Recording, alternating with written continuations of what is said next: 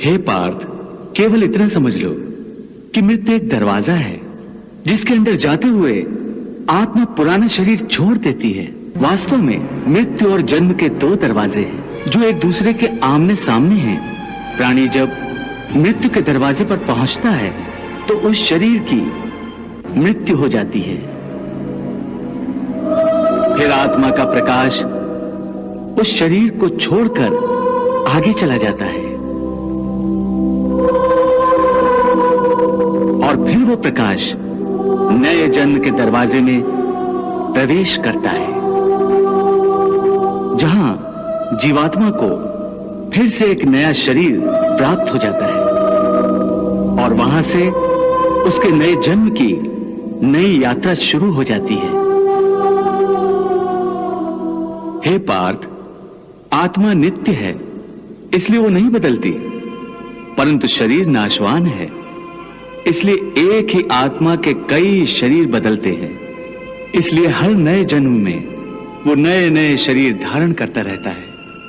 हर नए जन्म में आत्मा नए नए शरीर तो बदलता ही है, बल्कि हर एक जन्म में भी उसे जो शरीर मिलता है वो एक शरीर भी उसी जन्म में बदलता रहता है। ये बात मेरी समझ में नहीं आई केशव, क्योंकि एक जन्म में तो प्राणी को एक ही शरीर मिलता है।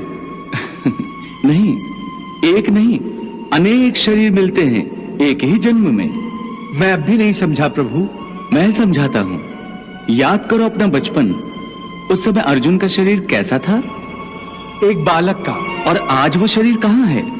वो शरीर तो बदल गया इस शरीर में। अर्थात वो शरीर नहीं रहा।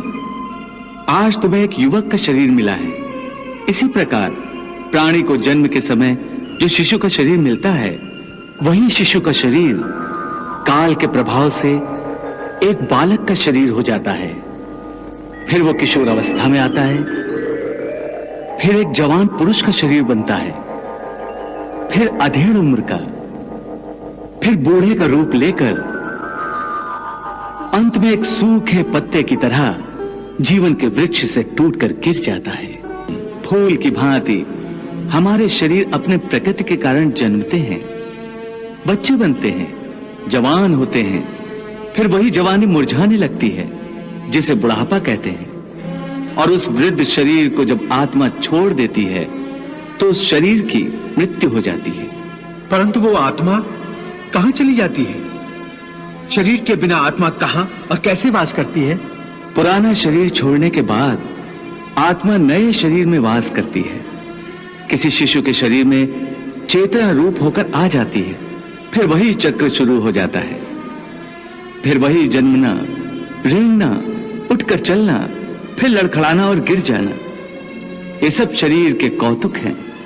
इतनी बात समझ लोगे तो ना तुम्हें किसी के मरने का शोक होगा और ना तुम्हें मृत्यु का भय होगा।